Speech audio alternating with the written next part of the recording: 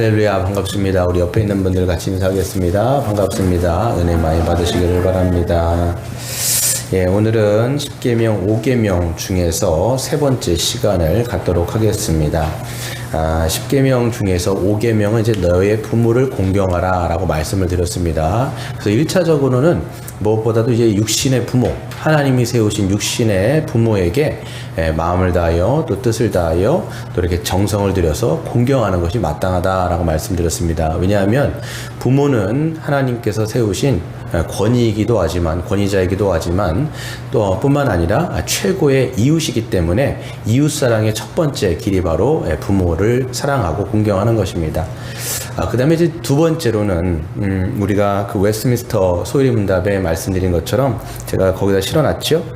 그 제5계명에서 부모는 누구를 뜻하는가 라고 했을 때 5계명에 있는 부모는 혈육뿐만 아니라 혈육의 부모뿐만 아니라 연령, 은사의 모든 윗사람과 특히 하나님의 규례에 의해서 가정, 교회, 국가를 막론하고 우리 위에 있는 권위의 자리에 있는 사람을 의미합니다 라고 말씀을 드렸습니다. 그래서 두 번째는 이제 교회라고 얘기할 수 있어요. 그래서 하나님이 세우신 기관은 세 가지. 가장 기초가 되는 게 이제 가정이고 두 번째가 교회입니다. 세 번째가 이제 국가, 사회 기관이죠. 그래서 이 교회 안에서도 어른들이 있습니다. 부모가 있겠죠. 연장자 또 혹은 직분자를 이야기할 수 있습니다. 그래서 하나님께서 세우신 권위자들은 하나님의 권위를 남용하는 것이 아니라 선용함을 통해서 권위는 항상 중요한 게 뭐냐면 보호예요. 보존하고 보호하는 거예요. 그래서 부모가 아이를 보호하는 것처럼 이 교회 연장자와 직분자들은 신앙을 보존하고 전수하기 위해서 그 권위를 쓰는 거죠. 그러면 이제 모든 성도들은 그 연장자와 직분자들에게 또 순종함을 통하여서 잘 신앙이 계대되어지고 전수되어져서 교회가 더욱더 하나님 보시기에 아름다운 그런 기관으로 성장하기를 기뻐하신다라고 우리는 볼 수 있습니다. 오늘 이제 말씀드리는 건 세 번째는 사회입니다.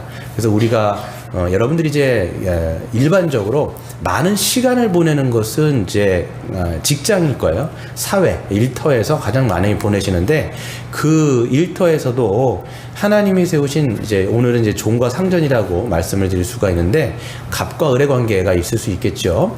거기에서 우리가 어떻게 5계명을 실천할 수 있을지 이것들을 좀 살펴보도록 하겠습니다. 그래서 여러분 잘 보시면 이제 하나님은 천지를 창조하셨을 때 모든 만물을 지으시고 그 다음에 인간을 중심에 두시고 인간이 복되게 하셨어요. 근데 이 하나님의 복을 누리는 길은요, 하나님의 권위를 인정함으로써, 그러니까 이 관계는 세 가지가 있어요. 인간과 하나님과의 관계, 그 다음에 인간과 인간과의 관계, 인간과 자연과의 관계, 이 세 가지 관계가 이 어우러질 때 이것을 우리가 안식이다, 또 복이다 라고 얘기할 수 있습니다. 그래서 가장 먼저 중요한 것은 뭐냐면 이 아담과 하와가 하나님의 권위를 인정할 때, 즉 하나님이 먹지 말라고 했던 선악과를 먹지 않을 때 하나님과의 그 관계가 온전했을 때 다른 사람들과도 또 이렇게 화평하고 이 복된 관계를 누릴 수가 있었던 것이죠. 근데 뭐 여러분 잘 아시는 것처럼 제가 말씀드린 것처럼 이 하나님의 권위를 무시하면서 범죄함으로써 모든 관계가 끊어졌어요. 그래서 하나님과의 관계가 가장 먼저 끊어졌죠.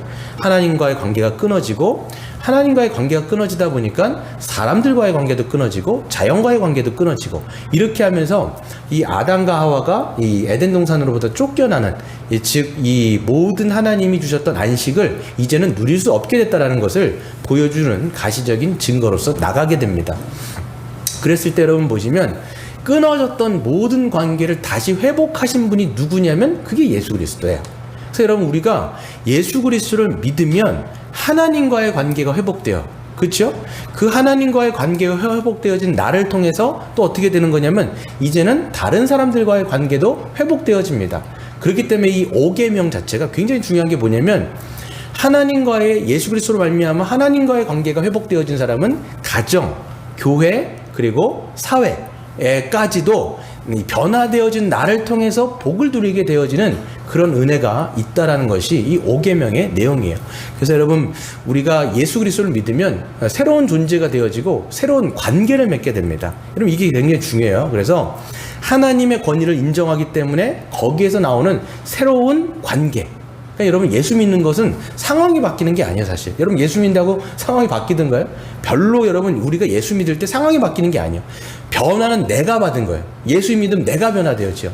내가 바뀌었기 때문에 거기서부터 새로운 관계를 가정에서 자녀와 아내가 그리고 자녀와 부모가 새로운 관계를 맺게 되어지고 교회 안에서 새로운 관계를 맺게 되어지고 사회 안에서도 새로운 관계를 이제는 이 변화되어진 나를 통해서 맺게 되어지는 이것이 놀라운 예수 믿는 복이다라고 우리는 이야기할 수가 있는 것이죠. 그래서 오늘 말씀을 드리면 오늘 이제 종과 상전의 관계예요. 지금은 종이 없어요. 상전도 없지요. 하지만 우리가 세상에 나가면 일터 안에 갑과 을의 관계는 분명히 존재합니다. 사회 안에도 위계 질서라는 것이 있기 때문에 그 안에서 우리는 어떤 관계를 맺으면서 복되게 살아가야 되는가, 어떻게 관계를 맺는 것이 하나님이 복된 길인지를 선포하시는지를 오늘 주의 음성을 들으시기를 바랍니다. 여기서 보시면 이제 그 당시 에베소 교회뿐만 아니라 로마 시대에는 종들이 많았어요. 우리가 여기서는 종들아 이렇게 되어 있는데 노예를 얘기합니다. 그래서 성경에는 보면 슬레이브라고 되어 있어요. 노예예요, 노예. 우리가 흔히 말하는 그 노예들이 로마 시대 가운데 굉장히 많았습니다. 그러니까 이 피라미드 구조로 말하면 가장 많은 존재들이 노예인 거예요. 그런데 이 로마 시대 가운데 이제 점점 예수 그리스도의 복음이 들어갑니다. 그 예수 그리스도의 복음을 믿고 종들로 변화되는 거예요. 종들이 변화되는 거예요. 이제 그들은 몸은 육신의 주인에게 매여 있지만 자신이 예수 그리스도를 참된 주인으로 영접하고 모시니까 여전히 육신적으로는 종인데 그들은 뭘 인식하냐면 자기는 그리스도 안에서 이제 자유자가 된 거예요. 그런 자유자들한테 영적으로는 자유자인 거죠. 이 영적인 자유자들에게 이 사도 바울이 주님이 뭐라고 말씀하시냐면 종들에게 이렇게 권면합니다. 두려워하고 떨며 성실한 마음으로 육체의 상전에게 순종하기를 그리스도께 하듯 하라. 눈가림만 하여 사람을 기쁘게 하는 자처럼 하지 말고 그리스도의 종들처럼 마음으로 하나님의 뜻을 행하라 라고 말씀하죠. 그래서 보시면 이 종들에게 노예제도가 옳지 않기 때문에 그 노예제도를 타도하고 개혁하란 말을 하네요. 그러니까 사회 제도를 이것들을 깨고 개혁하라 라고 하는 게 여러분 기독교의 정신은 사실 아니거든요. 물론 나중에 시대가 지나가고 그랬을 때 기독교를 통해서 사실 노예제도는 무너졌어요. 근데 여러분 보시면 하나님께서 그 당시 어떻게 보면 불합리한 제도지요. 이것들에 대해서 타락한 제도 가운데 어떻게 보면 그것을 타도하라기보다는 거기 안에서 순응하며 복음에 합당하게 살아갈 것을 먼저 얘기합니다. 이게 여러분 기독교의 본질이에요. 그래서 보시면 믿는 종들에게 이제 이 종들은 안 믿는 종들이 아니라 믿는 종들인 거예요. 어떤 주인이든 상관없이 순종하기를 주께 하듯 하라고 얘기합니다. 베드로전서 2장 18절에 보시면 뭐라고 되어 있냐면 선하고 관용하는 주인뿐만 아니라 까다로운 주인들에게도 순종하라고 얘기해요. 여러분 그 당시에 여러분 까다로운 주인 밑에 있으면 죽는 거예요. 그 당시 노예들은요 인간 취급 못 받습니다, 여러분. 그냥 물건 정도 취급받기 때문에 억압하고 착취하고 때려도 그만인 물건 같은 게 그 당시 노예였단 말이에요. 근데 믿는 종들에게 주님 뭐라고 말씀하시냐면 그런 자들에게까지도 죽게 하듯 순종하라는 거예요. 지금 쉽지 않겠죠, 여러분? 쉽지 않습니다. 그러니까 여러분 노예들은요 그냥 그 당시에 딱 보게 되어지면 할 수 있는 게 뭐냐면 눈가림할 수 있어요. 그러니까 여러분 맞지 않기 위해서 혼나지 않기 위해서 하는 것은 주인이 앞에 있을 때는 잘하는 척 하는 거예요. 눈가림하면서 겉에서는 순종하는 척하지만 속에서는 뭐가 있을까요? 부하가 치미는 거예요. 그렇지 않겠어요? 그냥 때리니까 그 맞는 게 무서우니까 앞에서는 잘할 수 있지만 속으로는 불순종한다고요. 욕하기도 하고 막 속으로 막 원망하기도 하고 분노가 치밀어 하기도 하고 기회만 있으면 죽이려고 할 수도 있겠잖아요. 근데 그렇게 하지 말으라는 거예요, 지금. 근데요, 이 사람들이 예수 믿었어요. 이 사람들이 복음을 믿고 예수를 나의 참된 주인을 믿은 거예요. 이제는 육신의 주인이 자기 참 마스터가 아니에요. 진짜 마스터는 누구냐면 내가 사랑하는 구주 예수 그리스도. 그분을 영접했기 때문에 이들은 삶이 완전히 달라졌어요. 그러니까 이제는 육신으로 매여 있지만 고린도전서에서 뭐라고 돼 있습니까? 너희는 사람의 종 아니야. 너희는 내 종이야. 너희는 내 안에서 자유할 수 있어. 영생을 얻었어. 나는 기쁨을 아는 종들이 그때부터 어떻게 살아가냐면 예전에는 눈가림하면서 보이는 데서 순종했는데 이제는 그렇게 살아가기가 어려워진 거예요. 이 사람들이. 존재가 바뀌어서. 예전에는 그렇게 했는데 이제는 변화받은 존재가 그 눈가림으로 이제 안 되는 거예요. 그러니까 어떻게 하냐면 육신의 주인에게 이 사람이 아무리 까다로운 사람이라 할지라도 이 사람이 참 주인이 아니거든요. 내 주인은 예수님이거든요. 그 예수님을 믿기 때문에 이 사람에게도 죽게 하듯 순종하게 되는 거예요. 그러니까 주인이 보든 안 보든, 주인이 좋은 일을 시키든 내 마음에 내키지 않든, 그리고 주인이 보든지 안 보든지 그 사람은 어떻게 하겠습니까? 그런 종들은 마음을 다해 사는 거예요. 주인이 있든 없든 뭔가를 시켰어요? 그러면 그거를 모든 일에, 골로새서에 보면 모든 일에 죽게 하듯 하는 거예요. 최선을 다하는 거예요. 이게 그 당시 종들이, 예수 믿는 종들이, 정말 영생을 얻어서 참된 자유를 누렸던 종들이 실질적으로 그 당시에 그렇게 살았어요. 역사들은 증언하고 있어요. 어떻게 그런 상황 가운데서 그렇게 살 수 있는가? 근데 그들은 진짜 예수를 만났거든요. 진짜 예수를 만나니까 삶이 바뀌는 거예요. 그렇게 어렵고 핍박받고 억압받는 상황 가운데서도 참된 영안이 눌리니까, 하나님 나라가 임하니까 그 사람들은 그것이 더 이상 문제가 되지 않았어요. 그러니까 실질적으로 죽게 하듯 모든 일에 최선을 다하는 모습들을 보게 되는 것이죠. 여러분, 사람들은요 직장생활을 굉장히 힘들어합니다. 여러분, 직장생활 쉽지 않죠? 녹록하지 않습니다. 근데 보면요, 일을 힘들어한다기보다는 관계를 어려워하는 것 같아요. 제가 보니까. 그러니까 저도 뭐 많이 오래 다니진 않았지만 일이 어려운 게 아니잖아요. 관계가 어려워요, 사실. 그러니까 직장에 가보면 직장에 이제 질서라는 게 있지 않습니까? 거기에 이제 내 상사들도 있고 거기 부하 직원도 있고 이렇게 이제 다 있단 말이에요. 근데 보면 어떻게 됩니까? 직장 안에서는 세워진 질서, 성경은 그 세워진 질서를 인정하고 진실하게 따를 것을 명령하죠. 우리가 섬기는 주님이 나를 그곳 가운데 보내셨다라고 생각하면 누구 밑에 있던지 우리는 어떻게 되는 거냐면, 어떻게 되는 게 맞는 거예요? 바로 모든 일에 죽게 하듯 순종하며 사는 거예요. 그러니까 눈가림으로 사람을 기쁘게 하려고 그러면 안 돼요. 근데 여러분이 정말 내가 예수를 만나고 예수를 통해서 참된 하나님의 나라를 우리가 경험했다라고 얘기하면, 그때서부터는 우리가 누구 밑에 있든지 우리가 어떤 일을 맡겼도 여러분 그게 작은 일일 수 있어요. 그리고 여러분의 상사가 보지 않을 수 있습니다. 그런데 이 일은 누가 맡기신 거예요? 주님이 맡긴 거예요. 나의 참된 마스터는 대리도 아니고 부장도 아니고 과장도 아니고 진짜 나의 참된 마스터는 누구냐면 하나님이신 예수 그리스도가 여러분의 참된 마스터라는 거예요. 그러니까 그분이 나를 그것 가운데 보내셔서 나에게 일을 맡기셨다고 생각해 보세요.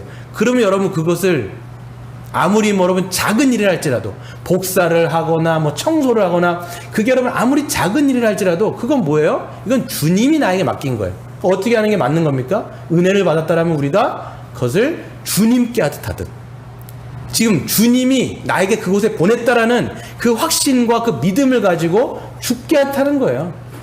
근데 여러분 이게 없으면, 이 정신이 없으면, 이런 은혜가 없으면, 그러니까 하나님이 나의 참된 마스터라는 그런 믿음이 없으면 어떻게 하냐면 그때부터는 눈가림하는 거예요. 내 상사가 있으면 하는 척하고 없으면 안 하고, 그렇죠? 보면 또 어떤 일들을 맡겼을 때 그 사람이 어떤 것들을 사람을 기쁘게 하는 거죠. 근데 여러분 이게 있어야 돼요. 칼빈이 이야기하는 것처럼 직업 소명이라는 게 있습니다. 여러분 직업 소명이라는 게 있어요. 가장 먼저 1차적인 소명은요, 우리를 하나님의 자녀로 부르신 부르심이에요. 이게 1차적 소명이에요. 두 번째는요, 직업 소명이라는 게 있어요. 나를 어떤 직장에 보내든지 그건 하나님이 나를 보내신 거예요. 그럼 우리는 어떻게 되느냐? 그 나의 참된 주인이신 예수 그리스도께서 나를 보내셨기 때문에 거기서 최선을 다하는 거예요. 어떤 일을 맡든지 여러분 그거는 그 높고 낮음이 없는 거예요. 그건 예수님이 시키신 거거든요. 그때 우리가 이 말씀을 잘 기억해야 되죠. 저는 구약의 인물을 보면요, 그 사람이 이 사람이 딱 생각납니다. 요셉이라는 사람이에요. 요셉의 인생은요 굉장히 여러분 요셉처럼 되자 막 얘기하는데, 여러분 요셉처럼 되면 총리 되기 전에 어디 가야 돼요? 형들한테 팔려가야 돼요, 여러분. 요셉처럼 되는 게 여러분 기쁜 일이 아니잖아요. 형들한테 팔려가요. 나중에 지하 감옥까지 간단 말이에요. 그게 좋습니까, 여러분? 근데 여러분 요셉은요, 성경에 보시면 하나님이 은혜를 베푸셨다 얘기하고 있어요. 하나님이 함께 하셨다고 얘기하고 있어요.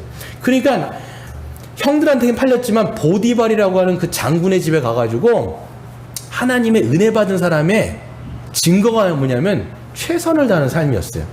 얼마나 일들을 열심히 했던지, 그냥 죽게 하듯이 했던지, 그게 보디발의 눈에 든 거예요. 그러니까 그 사람 어떻게 뭘 시킵니까? 가정총무를 시키는 거예요.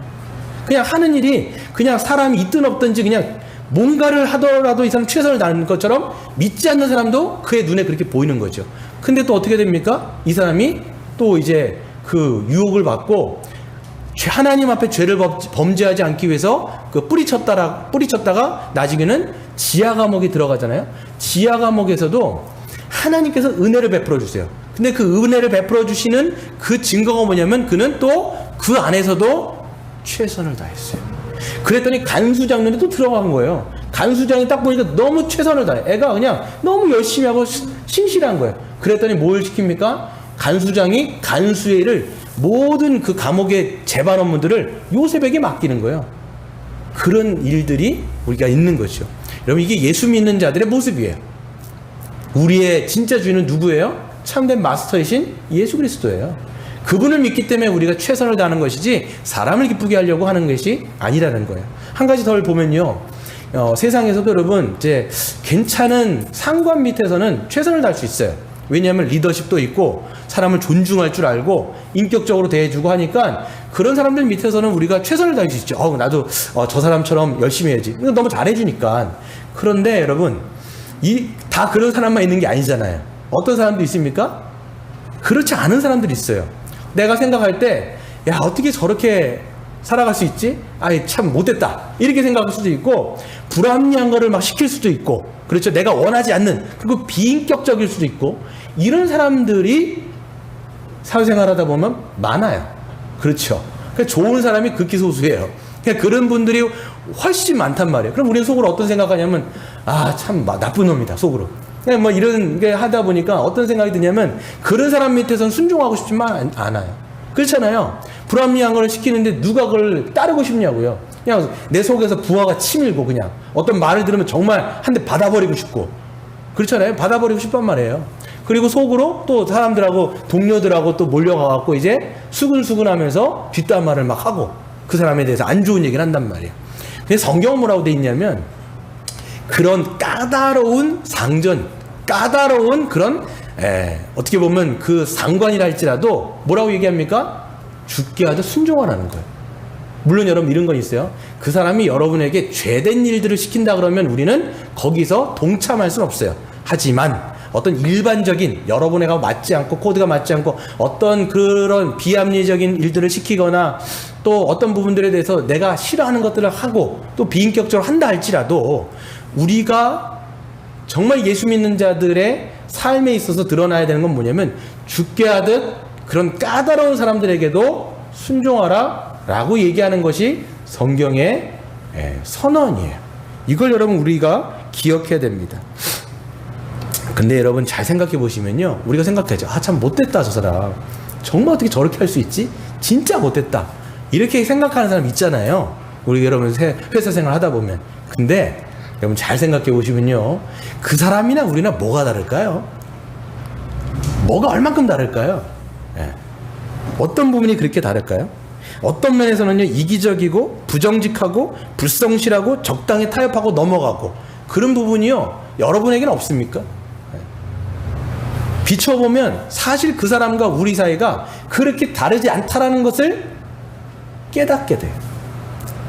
예전에 이제 진 에드워드라고 하는 분이 쓴 그 새 왕 이야기라는 책이 있어요. 거기서 보면 그것 자체가 그 쓴 책의 목적이 뭐냐면, 그 안 좋은 권위자 밑에 살아가는 그런 성도들을 위해서 쓴 책이에요. 목적 자체가 있어요. 거기서 보면 3명의 왕이 나옵니다. 첫 번째는 사울이에요. 두 번째는 다윗입니다. 세 번째는 압살롬이에요. 세 명의 왕에 관한 내용인데 거기서 보면 이제 악한 왕으로 어떻게 보면 그 권위주의적이고 아주 안 좋은 왕으로 등극하는 게 사울이에요. 그 밑에서 아주 고생했던 사람이 누구냐면 하나님의 마음에 합한 자 다윗이에요. 그러니까 사울은요 아주 권위를요 남용하고 휘두릅니다. 자기에게 맞지 않으면요 창 던져서 죽이려는 게 사울이었어요. 그러니까 여러분 다윗에게만 어떻게 합니까? 창을 계속 던지잖아요. 근데 여러분 다윗이요 창을 던질 때마다 그것을 뽑아갖고 또 던지든가요? 아니면 도망가든가요? 하나님께서 세우신 권위라는 걸 인정하고 오히려 창을 맞대어 던지지 않고 복수하지 않고 보복하지 않고 오히려 광야로 넘어갑니다. 이게 다윗이었어요. 그랬을 때 그 보복에 있어서 함께 보복하지 않았던 그 사람이 나중에는 어떻게 시간이 흘러가면서 어떤 모습이 들어가냐면 다윗 안에도 누가 있어요? 사울이 있는 거예요. 여러분 기억하셔야 돼요. 여러분이 그렇게 욕하는 상사의 모습 가운데 그 상사의 모습이 나에게도 있다고요. 하나님은요 그 모습을 보게 하세요. 그 책에 보면 이런 내용이 나옵니다. 뭐라고 되어 있냐면 겉사람 사울을 통해서 우리 안에 속사람인 사울을 깨트리시는 거예요. 여러분 기억하셔야 돼요. 내가 막 욕하고 원망하는 어떤 사람의 모습 가운데 내 안에도 그 사람이 있는 거예요. 하나님은 그 사람을 통해서 내 안에 있는 속사람 사울을 지금 깨고 계시는 거예요. 하나님의 학교는요 사람들이 들어오는데 적은 수가 들어오는데 그 이제 진 에드워드가 얘기하기로 한 거예요. 하나님의 학교는 소수의 사람들이 오는데 나가는 졸업하는 사람도 소수라는 거예요. 하나님께서 그 광야의 학교 가운데서 우리의 성품을 빚어가시는데 그거를 졸업하는 사람이 거의 없다라는 거예요. 그렇죠? 우리는 그 사람에 대해서 욕은 할 수 있지만 그 사람을 통해서 우리가 얼마큼 빚어져 가는지 얼마나 다듬어져 가는지 어찌 보면요 하나님은 그 사람을 통해서 우리를 지금 빚어가는 성품 학교의 안에서 우리를 빚어가고 있어요. 근데 우리는 생각하죠. 아유 똥이 내가 진짜 무서워서 피하냐 더러워서 피하지. 더러워서 피하면요 더 더러운 똥이 있어요 거기. 그렇죠? 그거 피하다가 오히려 어떻게 되면 하나님의 성품 학교를 내가 잠깐 피해가는 꼴이 되는 거예요. 여러분 그런 사람들을 만났을 때 우리가 정말 그 사람을 위해서 우리가 인내하면서 참음으로 기도해 본 적이 있습니까? 저도 이제 부교육자 사역을 했을 때 저도 없는 것 같아요. 제가 이 전교에 있을 때 담임 목사님 별로 안 좋아했어요. 예, 다들 안 좋아했어요. 인격적으로도 그렇고 모두 약간 그렇고 마음에 안 드는 거예요. 그러니까 어떻게 하냐면 사실 제가 3년 5개월 정도 있으면서 그분을 위해서 사실 기도해 본 적이 없어요. 사실 욕은 했죠 속으로. 아 어떻게 목회자가 저렇지? 왜 저렇게 할 수가 있을까? 비난하고 그랬단 말이에요. 근데 살펴보면요 그분의 모습이 저에게 없지 않아요. 똑같단 말이에요. 우리는 모두가 다 예수 그리스도의 십자가의 은혜가 필요한 사람이지 누가 누구보다 낫다라는 사람 없어요. 하나님은요 5마리의 참새가 2아사리온에 팔리는 것도 하나님의 허락이 없으면 안 된다라고 성경에 쓰여 있단 말이에요. 우연이라는 건 없는 거예요. 우리가 만나는 어떤 사람과의 관계 가운데 우연은 없다. 그 사람을 통해서 지금 나를 빚어가고 있구나. 그렇다면 내가 해야 될 것은 마음에 안 맞는다면 맞출 수 있고 나의 상관이라고 하면 죽게 하듯 여러분이 해보는 거예요. 마음에 안 들지만 그 사람이 안 믿기 때문에 믿지 않는 사람이기 때문에 더 어떻게 보면 약간 갑질을 하는 사람일 수 있어요. 그럼에도 불구하고 내가 예수 믿기 때문에 죽게 하듯 하는 거예요. 그럴 때 여러분 성경은 뭐라고 되어 있습니까? 왜 그렇게 하느냐? 디도서 2장 9절 10절 뭐라고 되어 있냐면 그것을 통해서 그 종들이 그걸 그렇게 하는 것을 통해서 그것이 하나님의 교훈을 영광스럽게 한다는 거예요. 빛나게 한다는 거예요. 여러분 이 놀라운 사실. 아무리 여러분이 그 안 좋은 상관에게 죽게 하듯 한다고 했어요. 근데 그 사람 안 변할 수 있어요. 똑같이 여러분에게 또 갑질하고 또 그렇게 할 수 있단 말이에요. 그럼에도 불구하고 우리가 하는 건 뭐냐면 하나님이 나의 참된 마스터이기 때문에 그분께 하듯 그냥 하는 거예요. 그러면 그게 누구에게 영광이냐면 하나님의 이름이 영광을 받으시고 오늘 6장 8절에 보면 뭐라고 돼 있어요? 이는 각 사람이 무슨 선을 행하든지 종이나 자윤이나 주께로부터 그대로 갚을 줄을 알미라. 누가 갚아주세요? 하나님이 갚으신다라는 거예요. 여러분 이거 기억하세요? 하나님과 다 계수하고 계신다라는 거예요.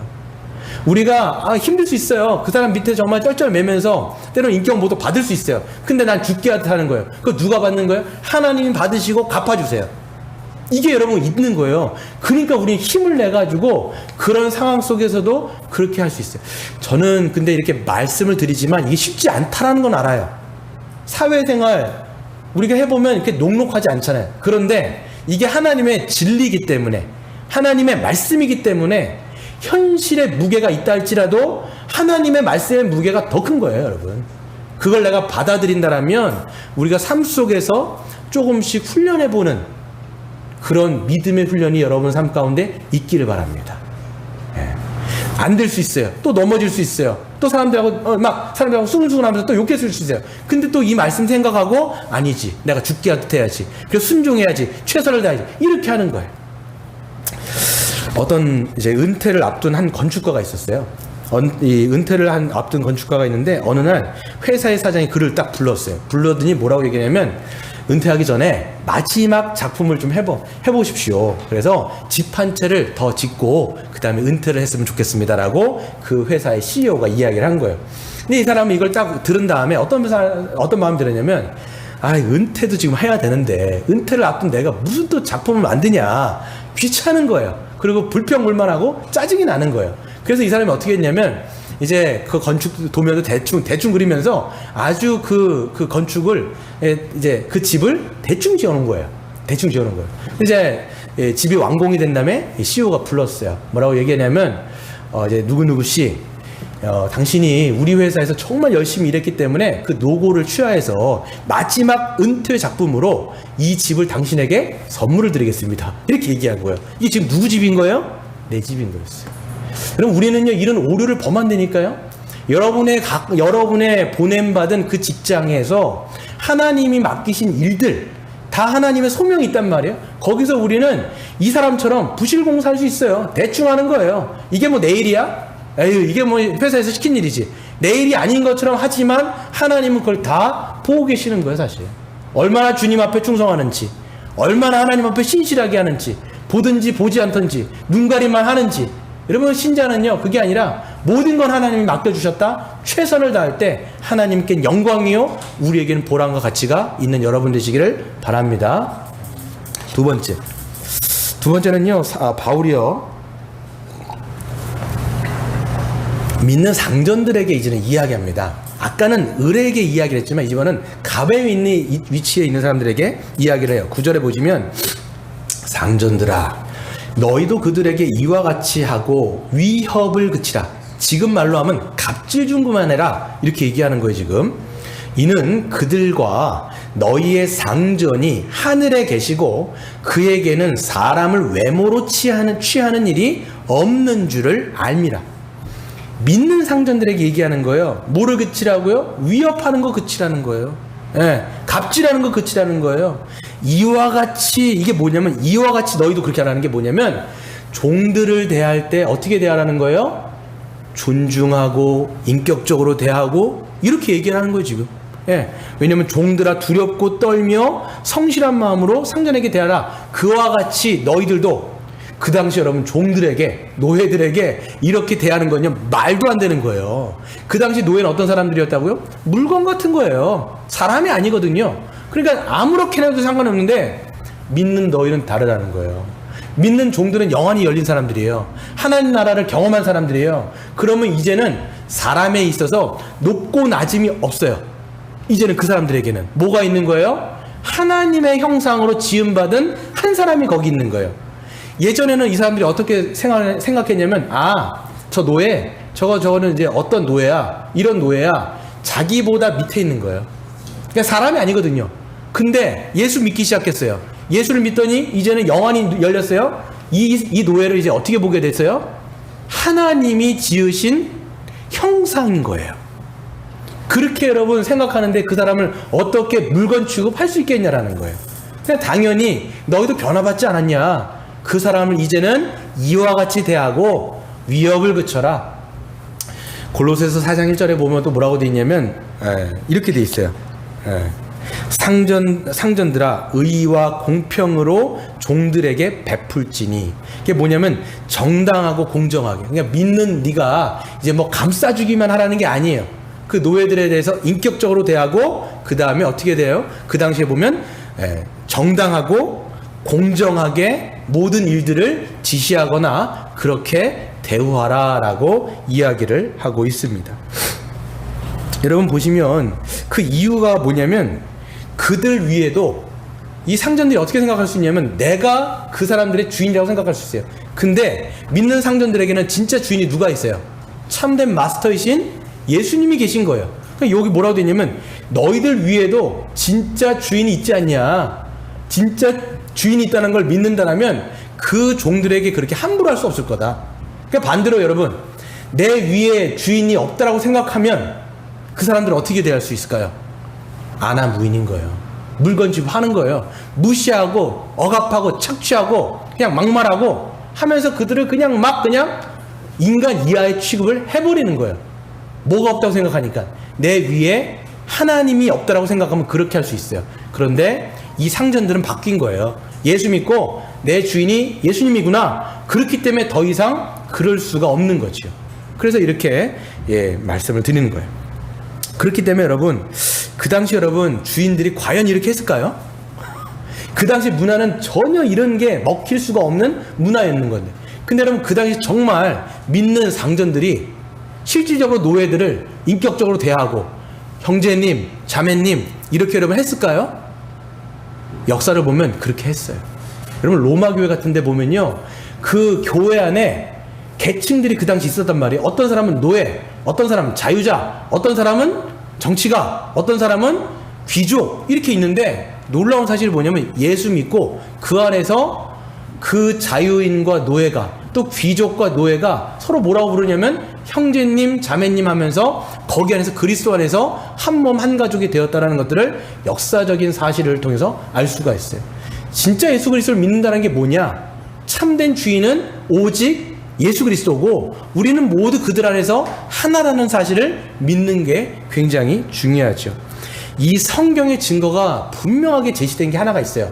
여러분 읽어보셨어요? 빌레몬서예요. 여러분 빌레몬서가 몇 장이던가요? 오늘 집에 가서 읽어보세요. 한 장밖에 안 돼요.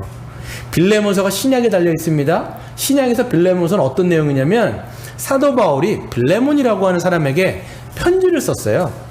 빌레몬은 그 당시에 주인이었습니다. 골로새라고 하는 교회에서 굉장히 일꾼이었던 사람이 빌레몬이라는 사람이었어요. 근데 그 빌레몬에게는 누가 있었냐면 오네시모라고 하는 노예가 있었어요. 그 오네시모라고 하는 노예는 주인의 돈꾀를 맡은 사람이었어요. 근데 어떤 일이 벌어졌냐면 그 오네시모라고 하는 노예가 주인의 돈을 가지고 튄 거예요. 네. 이건 그 당시에 여러분 노예가 주인을 떠나가고 도망을 가면요 사형이에요. 극형입니다 여러분. 극형. 이거는 말할 수가 없어요. 근데 어떤 일이 벌어졌냐면 이 오네시모가 도망가다가 어떤 일이 있는지 몰라도 감옥에 잡혔어요. 감옥에 들어갔단 말이에요. 근데 그 감옥에서 누굴 만나냐면 사도 바울을 만납니다. 사도 바울을 만나가지고 거기서 복음을 들은 거예요. 그러면서 그가 복음을 듣고 회심을 해버렸어요. 거기에서 얼마나 극진하게 사도 바울을 섬겼든지 사도 바울이 뭐라고 얘기하냐면 오네시모 보고 너는 내 심장이다 이렇게 얘기할 정도로 중요한 존재가 된 거예요. 근데 사도 바울이 뭐라고 얘기하냐면 오네시모에게 다시 주인에게 돌아가라 얘기하는 거예요. 근데 그냥 돌아가면 어떻게 돼요? 죽는 거예요. 네. 그러니까 사도 바울이 편지를 빌레몬에게 써줍니다. 뭐라고 얘기하냐면 빌레몬에게 당신이 하나님의 은혜를 알지 않느냐, 복음을 믿지 않느냐, 예수를 믿지 않느냐. 그런데 오네시모란 종이 있는 거 내가 안다. 그가 도망친 것도 안다. 근데 이런 사정 가운데 지금 이 사람은 예수님 믿고 완전히 거듭나고 변화됐어. 그렇기 때문에 그가 만약에 당신에게 빚진 게 있으면 내 앞으로 달아나 이렇게 얘기해요. 그리고 그를 예수님의 이름으로 용서하고 그를 형제로 받아들여 주십시오라고 그렇게 간청을 하면서 편지를 써요. 근데 어떻게 됐을까요? 그 편지대로 그 빌레몬이 오네시모가 왔을 때 그를 어떻게 합니까? 예수 그리스도의 이름으로 그를 용서해요. 그렇게 하면서 어떻게 합니까? 그를 형제로 받아들입니까? 그 당시에는요 있을 수가 없는 얘기예요. 절대로 있을 수가 없어요. 그 당시에 문화는 사형입니다. 이거는 돈까지 갖고 튀었기 때문에. 근데 그를 그리스도 안에서 용서하고 관계가 회복되어지고 거기 안에서 모든 것들이 복음 안에서 일들이 일어나는 거죠. 여러분, 나중에 여러분 이건 전승에 따르면요, 이 오네시모라는 사람이 동방교회 주교가 됩니다. 그는 에베소라고 하는 지역에서. 네. 여러분, 힘의 논리가 작용하는 세상에서 갑질 문화는요, 저는 생각할 때 당연하다고 봐요. 이게 요즘에 자꾸만 TV 안에서 회자가 되어지고 TV 안에서 자꾸만 떠들어대긴 하는데, 여러분 이거는 세상 문화에서는 없을 수가 없어요. 그렇잖아요. 여러분, 회사 같은 데서는 위계 질서가 있는 거고, 목줄을 쥐고 있는 사람이, 목줄을 잡힌 사람을 어떻게 합니까? 당연히 갑질하는 것은 세상의 이치예요. 그게 되게 이상하다 생각할 수 있는데 이상하지 않아요. 여러분, 세상은요, 힘의 논리가 적용하는 사회인데 갑질의 논리가 어떻게 없겠습니까? 근데 문제는 뭐냐면, 교회 안에 혹은 여러분 뭐겠어요? 이 믿는 사람들이 회사에서 갑질하는 게, 이건 문제가 되는 거예요. 그러니까 믿는 사람들이 나가서 세상 사람들같이 똑같이 힘의 논리를 가지고 만약에 자기 부하 직원들에게, 자기에게 하급 상사들에게, 하급 그 부하 직원들에게 그렇게 갑질을 한다라고 하면 이거는 문제예요. 왜 그래요? 성경에 보면 믿는 사람은 뭐가 있는 거예요? 내 위에도 누가 계시다? 참 하나님이신 그분이 참 마스터가 계시다는 걸 믿기 때문에 내가 그들을 막 그렇게 할 수가 없는 거죠. 한 번은요, 이런 이야기, 이런 이제 기사가 났어요. 한 장로님이 계세요. 이 장로님이 계신데 교회에서는 굉장히 헌신하는 분이야. 교회가 이제 이분이 이제 이 중소기업의 CEO이기 때문에 많은 매출을 가지고 있습니다. 그렇기 때문에 교회에다도 엄청 많은 액수의 헌금을 하세요, 이분이. 그러면서 교회마다 돌아다니면서 간증을 하시는 거예요. 그런데 문제는 뭐냐면, 교회에서는 그렇게 헌금을 많이 하시고 헌신하시는 장로님인데 회사에서는 갑질하는 사장인 거예요. 회사 직원이 안 좋아해요. 너무 야박하게 구니까 회사 직원들이 다 싫어하는 거예요. 어떤 일들이 있냐면, 이제 직원들에게 야박하게 임금을 제때 주지 않거나, 혹은 이 야근을 시켜놓고 야근 수당을 주지 않거나, 제때 주지 않거나, 이렇게 하는 거예요. 또 거기 이제 조선족들이 있고 하는데 보면 이 조선족들에 대해서 차별하고, 또 어떻게 합니까? 이분이 이제 조선족들에 대해서 교회에 이제 전도시킨다고 주일날, 그 주일날 이게 믿지도 않는 조선족인데 이제 교회에 데리고 오는 거예요. 주일마다. 이 사람 쉬어야 되는데 믿지도 않는데. 그러니까 얼마나 조선족들이 싫어하겠냐라는 거예요. 이걸 여러분 보면, 아, 참 우리를 예배로 끌어주니까 참 좋다, 이렇게 하겠어요?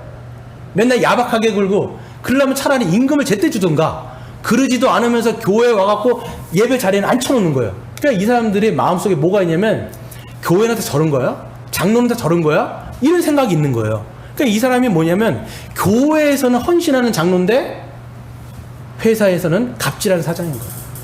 이 하나도 하나님께 영광이 안 되는 거예요, 이게 지금. 여러분, 왜 우리는요, 빌레몬서에 나오는 내용들이 낯설게만 느껴질까요? 동일한 예수님을 믿지 않습니까? 동일한 성령님을 우리가 이 선물로 받지 않았습니까? 하나님이 아니라 우리의 믿음이 이런 문제 아닐까 생각해 보는 거예요.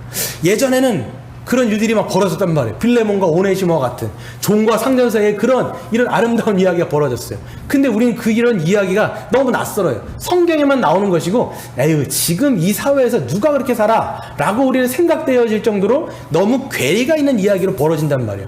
그러면 여러분, 그게 뭐가 문제냐면, 하나님이 문제가 아니라면 뭐가 문제겠어요? 우리가 문제인 거예요. 우리가.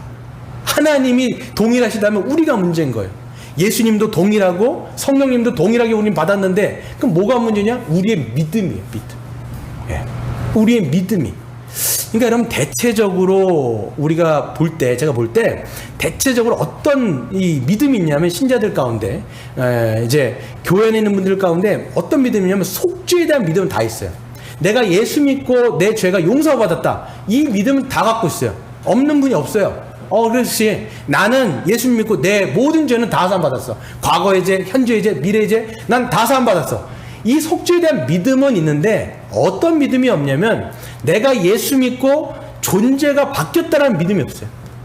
아, 내가 새로운 사람이 되었구나.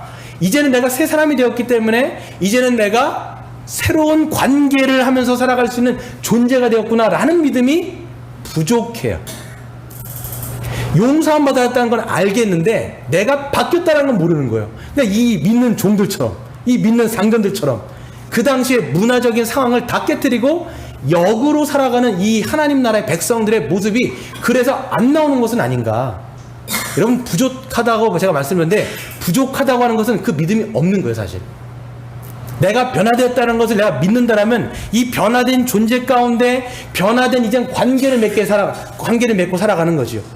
하나님을 믿기 때문에 하나님과의 관계가 변화되어지는 내가, 이제는 변화된 나를 통해서 가정에서 이제 관계가 새로워지게 돼 있어요. 남편과 아내, 부모와 자식 간의 관계, 그 다음에 내가 교회 안에서 있는 지체들과의 관계, 그 다음에 뭐겠어요? 이 세상에서 내가 직장에서도 살아가는, 내가 을이라 할지라도 갑이라 할지라도 내가 거기에서 주님의 종으로서 관계를 새롭게 맺는 거예요. 여러분 어떻습니까? 여러분 존재가 바뀌었기 때문에 새로운 관계를 가정에서, 교회에서, 직장에서 맺고 있냐라는 거예요. 이런 관계가 바뀌지 않는다면 우리 믿음은 굉장히 반쪽, 아니면 참된 믿음이 아닐 가능성이 굉장히 커요. 여러분, 자꾸만 그러다 보니까 어떤 현상들이 벌어지냐면, 교회에서는 괜찮은 신자인데 나가면 세상 사람이에요. 그냥 교회 안에서는 그냥 신자로서 살아가는 것처럼 보이지만 밖에서 그냥 가정도 직장도 그냥 세상 사람처럼 살아가는 거예요. 왜? 바뀐 존재로서 바뀐 관계, 변화된 관계를 못하는 거죠. 그럼 뭐가 문제일까요? 하나님이 문제가 없다면 우리가 문제인 거예요. 우리의 믿음이 문제인 거예요. 저 자신도, 여러분 자신도 생각해 보셔야 돼요. 여러분, 예수 믿는다라고 하는 것은 존재가 바뀌고 관계가 바뀌는 거예요. 내 삶 속에서 어떤 관계로 내가 지금 맺고 살아가는지를 잘 생각해 보셔야 돼요. 마지막 한 가지 말씀드리고 마치겠습니다. 제가 가끔 새롭게 하소서라고 하는 간증을 봐요. 일부러 좀 봅니다. 사람들이 어떤 삶을 살아가고 있는지 참 궁금하기도 하고 도전받기 위해서도 참 많이 봐요. 근데 그 분 중에 한 분이 그 장광우라고 하는 목사님이 계시는데 한번 제가 한번 올려드릴 테니까 보세요. 그 장광우라고 하는 목사님이 이제 거기 나와갖고 간증을 하는데 참 이분이 특별한 이력을 갖고 계시더라고요. 그러니까 나이트 DJ였다가 목사로 이제 나중에 해갖고 하나님의 종으로 쓰임 받고 있는 분이에요. 아마 나이가 저 정도 되는 것 같아요. 근데 그분이 참 불우한 시절을 겪었어요. 아버지가 돌아가시고 의붓 아버지가 오셨고요. 그 의붓 아버지가 좀 괜찮은 분이 아니라 폭력 가정인 거예요. 애를 때리는데 훈육을 하는데 처음에는 훈육으로 때리는데 나중에는 눈이 돌아가가지고, 이분 표현으로 말하면 눈이 돌아가가지고 그냥 자아가 완전 분열된 상태로 애가 기절할 때까지 때려버리는 거예요. 막 때리는 거예요, 그냥. 그러니까 이런 것들을 이제 겪고 나니까 이 애가 초등학교 때부터 그러니까 어떨 때는 5시간, 어떨 때는 10시간 이렇게 맞는 거예요. 그러니까 이 애가 속에 분노가 끌어오는 거예요. 내 안에 분노. 그러니까 이 분노가 어떻게 되면 어떻게 해서든지 아버지를 죽이고 싶다는 마음이 너무 큰 거예요. 근데 애는 힘이 없잖아요. 그러니까 초등학교 3학년 때 이제 옥상에 올라가고 죽으려고 생각을 하더라고요. 초등학교 3학년에 뭘 알겠냐마는 그 당시에 이제 죽음을 생각할 정도로 그게 분노가 달했고, 그 분노는 자기에게를 향해서 자살이라고 하는 것을 택하게 되는 거예요. 근데 이제 이 사람이 이제 올라가고 죽으려고 하는데 나중에 용기가 안 난 거예요. 나중에 이제 사는데 자기 안에 있는 분노를 어떻게 다스리냐면, 어떻게 해결하려면 그때부터 춤을 추기 시작한 거예요. 그러니까 그때만큼은 자유를 느끼는 거예요. 그 에너지, 분노의 에너지를 막 그냥 춤으로 발산을 하다가 나중에는 나이트에서 DJ가 됐는데, DJ도 굉장히 유명한 DJ가 된 거예요. 다 얘기를 말씀드릴 수 없겠지만 한번 보세요. 근데 거기서 보면 이분이 이제 이 군대에 가가지고 예수님을 극적으로 만나요. 그 당시 뭐 군대에 가면요, 뭐 이렇게 설교도 들리지 않고 뭐 그러지 하는데, 그냥 다 끝났는데 마음속에서 울림이 생긴 거예요. 마음속에서 그냥 조용한 가운데 큰 울림. 본인은 이제 그게 몸살일 기운이 있었다라고 생각하는데 그게 아니었던 거예요. 그냥 마음속 깊은 곳에서 내가 너에 대한 계획이 있다, 이런 말씀을 딱 들은 거예요. 그때서부터 이분이 이제 예수님을 믿기 시작하고 이제 삶이 바뀌는 거죠. 근데 예수님 때문에 상황이 바뀐 건 아니에요. 오히려 예수님 믿는 것 때문에 군대에서 어려워지고 힘들어지고 막 그런 거예요. 근데 뭐 다 말씀을 드릴 수 없겠지만 이분이 쭉 간증을 제가 딱 들어보니까 그냥 이분의 어떤 요약은 뭐냐면 변화된 그분을 통해서 관계들이 바뀌더라는 거예요. 이분이 이제 예수님을 믿고 가정을 꾸리는데 첫 번째 애가 태어났어요. 애가 딱 태어나는데 이제 손에 애를 줄 거 아니에요. 딱 그러는데 못 받겠다라는 거예요.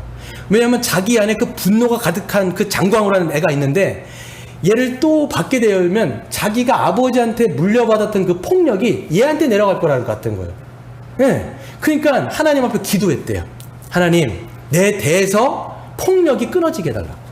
내 대해서 좀 폭력이 끊어지게 해달라고 간절하게 기도하면서 애를 받고 나서 그리고 매번마다 여러분 어떻게 애가 태어났는데 맨날 이쁠 수가 있겠냐고요. 미울 때도 있잖아요. 그럴 때마다 하나님 앞에 기도하면서 애가 17살 때까지 한 번도 때리지 않았다라고.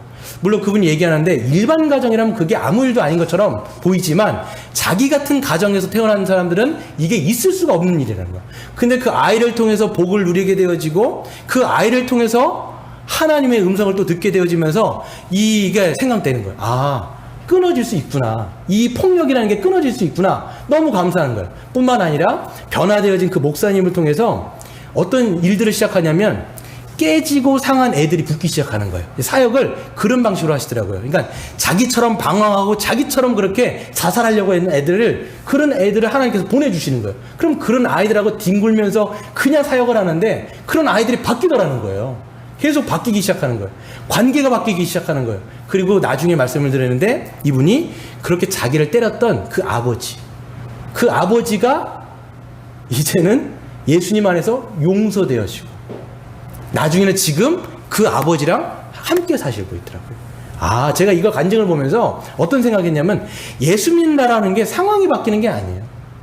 물론 하나님께서 어떤 상황들을 바꿔 가시지만 진짜 중요한 건 뭐냐면 예수님 때문에 관계가 바뀌진 나를 통해서 이런 관계들이 새로워지는 거예요. 그러면서 우리로 하여금 복을 누리게 하시는 것들을 우리가 경험하는 것이 예수 믿는 자들의 진짜 복이구나, 진짜 행복이구나, 이런 은혜가 저와 여러분 가정 가운데 있기를 주의 이름으로 축원드립니다.